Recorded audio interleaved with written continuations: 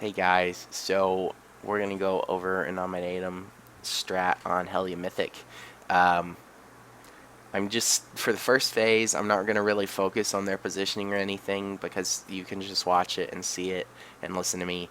I'm more gonna explain all the changes, what we'll struggle with going into Mythic, based on comp and stuff like that. So first change obviously is the orbs. They have the chains in between them. This is actually the only thing I'll point out right here. They'll get the range sharp 2, 1, 0 move. You can see the chain in between it. It's not really even a thing you have to worry about if you position right. Um, I thought it'd be harder, but it's not.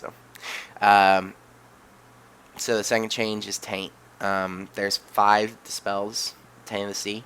Um, this is where we're going to struggle. Because we don't have 3 Shadow Priests, um, we can't mass dispel every single one, which you can see they're doing here. The reason I chose this strat is not really because of their comp, but because of how cleanly it's done. And even with or without mass dispels, it would still be about the same.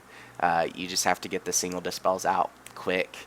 So healers, it's really about learning the timing of Taint of the Sea.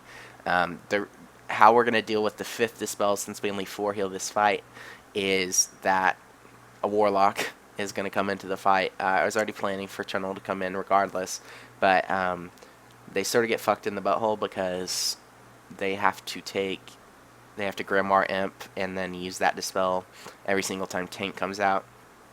Sort of sucks, but it's the only way to deal with it currently. I really think, honest opinion, that they will nerf this. Nerf Taint of the Sea somehow. I don't know how. I think making it 4 would be smart since there's no other way to deal with it. I mean, it's pretty dumb. If you don't have mass dispels to deal with each one of them, you have to bring a warlock for a 5th dispel, and then healers just have to just basically hemorrhage mana on the dispels because they have to do them every 12 seconds. So you can see at the end of this there will be 38 Taint of the Seas. It's insane. So around 190 dispels in total. Pretty crazy. So the next change that you probably haven't seen is Tentacle Strike. Basically what changes is that there's 2 tentacles. You can see on their ERT they have front, back, back, front. There's just, it's 2 tentacles. I mean, they're differently positioned. We'll set that up. You won't have to worry about it that much. But yeah, that's pretty much it. So how close are we to pushing? Okay, so they're gonna do one more set. So this whole entire fight is basically a dance. How they do it, I'll explain more in the 3rd phase because the 3rd phase positioning is a little bit more important than the 1st phase. The 1st phase is pretty easy. It's just moving in this triangle basically. You go get dispelled on diamond, move to X, get dispelled on X, and then move to square and move back for the ranged, and then the melee moves back to square as well. But yeah, that's pretty easy. So they kill this, and we're going to the 2nd phase. So 2nd phase changes. We get a new ad. It's very easy to deal with. It's basically interrupt the 7-second cast and kill it. You should kill it within 1 cast. And then the rest of it is the phase is actually split into 4 parts instead of how we're used to where there's 9 tentacles all the time. There's 2 tentacles in each part. So right here you'll see they split DPS up.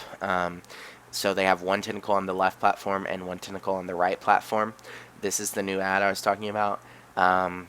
And the Grime Lord and the Mariner are basically the same. The Grime Lord puts out 2 stacks still of Rot, and it actually has different timings, but it's pretty easy to deal with. It's the exact same thing basically. Just watch your debuff. The Mariner is, however, a little bit different. Instead of just putting 1 circle out that jumps back during his thing that one-shots you basically, where he teleports, he puts out 3, so it's a little bit more movement, but other than that, you'll see that in a little bit. Okay, so here's the second part of the phase. They have 2 tentacles in the front left and the front right. They do such a good job of this. They have a healing cooldown set up, but you can see how many people are standing in the green, and they're doing that to stack up these ads as much as possible. They're standing on top of the tentacles until they can absolutely not stand there anymore, and then they move. Very good job of stacking. You'll see that again in a second. Miscolor again, you can see they don't interrupt until the very last boop. Yeah, so just do that. Okay, so here's Mariner. Give no quarter. That's what I was thinking of. So you can see there's 3 instead of 1. Just dodge that, obviously. Here's the third part of the phase. Tentacles on left and right platforms once again. And then we're going to go down, and the fourth part of the phase is the 2 tentacles in the back with ads. Basically, you just want to kill these ads as close to the back as possible, so everyone's going to be standing on their tentacles. You can actually listen to them.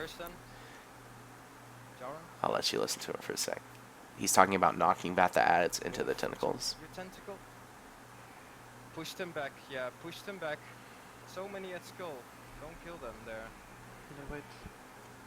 Kill the other tentacle as well. To finish them off. Yeah, so they kill that, and then thus starts the third phase. That's what we're really going to be talking about, the movement. But you can see they don't get a Fury of the Maw until the first phase, where we would normally get it in Heroic. So this is basically a dance. So here's the first rotation. So you see they got dispelled on X, and then they did the orb on blue and moved straight back. And then healers have to move on green. The reason I chose this POV, I actually want to pause for a second, is because healers have the hardest job in this fight, minus dispels and the healing check. They also have to be in both orb setups because of the fact that it always chooses 1 healer, 1 melee, and 1 tank, whichever tank isn't tanking at the current time. So, yeah, you basically always have to be with both stacks. Tank, same thing, whichever tank isn't tanking, you have to be with both setups as well. So let's keep going. So the Mistweaver, he moves to green, moves straight back, and then the next range thing is on Skull. They dispel on Diamond, move to Skull, but they do this every time. I'm trying to explain sort of just the rotation of it and the dance of it. So move up to the stairs for the people with the orb, range stand on Star, they get dispelled, and they move up to Moon. Next is a melee orb. It gets positioned on orange. They get dispelled on green, which should be right here, but they don't actually mark it. Oh, just kidding. Melee orb is first. My bad. Different timing.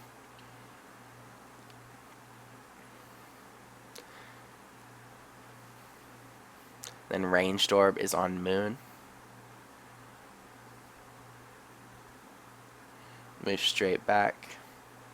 You can move a little bit to the right because you're going to get this cleared by the time you get back over here. And then we have another Taint of the Sea. Melee orb is going to be on green. They get dispelled on Diamond though. Range does at least. Green is going to be positioned right here. If he ever marks it, there you go. And we've reset the rotation. So range is going to get dispelled on X. They're going to move to blue. Give no quarter is going to come out. They're going to move 2 steps back. Ranged orb is going to come out. They're moving. Healers are going to go to melee at green.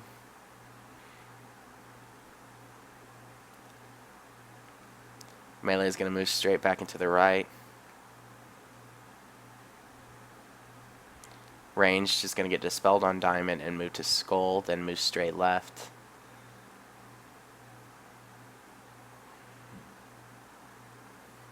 I'm just going to explain this one rotation. And then I'll go over some of the mechanics in Phase 3 that I guess are a little bit different. Not really. Dispel on Star, move to Moon for ranged, but Melee Orb is going to come next on orange. They get dispelled on green. Melee Orb on orange. Off tank messes up right here. Or maybe that's a healer. I don't know who the fuck that is.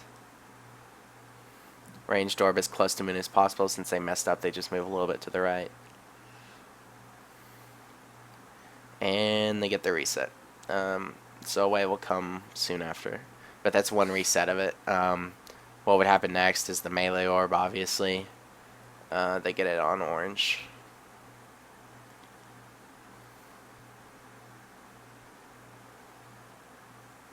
And then range gets dispelled on diamond, get dispelled on the red, and then moves to blue. Um, so that's the rotation of it. I guess what's hard within that, minus dispels, minus healing, minus all that, is the fact that you have the breath going on too. The breath doesn't actually specifically have a change. Um, it still just breathes and you have to soak it. The only change to it is if those people don't get healed up, they get mind controlled and you basically have to wipe. Um, but that's it. I mean, there's really no changes. Excuse me. They have to. You still have to heal those people. Everything's the same. 5 people soaking. Nothing's different about it. Um, so that's. I guess that's the hard part. You know, this phase isn't specifically hard. You just have to learn the movement and really have to learn the healing. Um, so you can see with this set of orbs that they actually, this is the last set they'll get, and this is the 4th breath right here in the phase. They actually go up on this platform because of this wave. It's very hard. They choose to have melee up here. I think I will too. It's very hard for anyone to survive it. In another video, I think honestly they have their holy priest just die, because the wave hits so hard that it just one shots basically. So that's the hardest part. But really, this fight isn't specifically hard. It's just learning the timings, getting the dispels down, and really just positioning well. I mean, it's a mechanical fight. You know, Praz said yesterday, we have great DPS, and as soon as we have good mechanics, we'll easily be top 50 or plus. That's going to be here where we can show that. You know, 5 US skills. Yeah, 5 US skills, I think, have killed this. It may seem a little bit impossible, and it's definitely for the first few days going to seem like hell. I want to kill myself. Because the first phase is still hard. There's no doubt about that. I mean, the dispels, how the movement works, the breath, the killing those ads. We're probably not going to do the Danish Terra strat. I thought about it a lot, and I don't think it's worth it. I think it's more worth it because of our comp now, especially without 3 hunters and only 3 mages. It's more worth it just to put it down the middle like we are in Heroic and just kill from there. But that's one major thing that we're going to have to focus on is killing those and making sure they're all dead. Because the healers, I mean, you can see right here, all the healers are doing 400k. For a 10-minute fight, that's pretty nuts. And this Mistweaver does a really good job of being at 85% mana going into this phase with Lay Torrent. But it's definitely going to be hard. There's no doubt. So really focus on mechanics. Watch this video a couple of times. I'll make sure to put a link of this specific video in the description. Watch this POV. They have every POV up. They have a melee POV. They have another healer POV that's a holy pally. They have a tank POV, guardian. They have everything. So go watch it for sure, and just be prepared. We'll talk about this more tonight too in raid. So, all right. Thanks, guys. Appreciate it.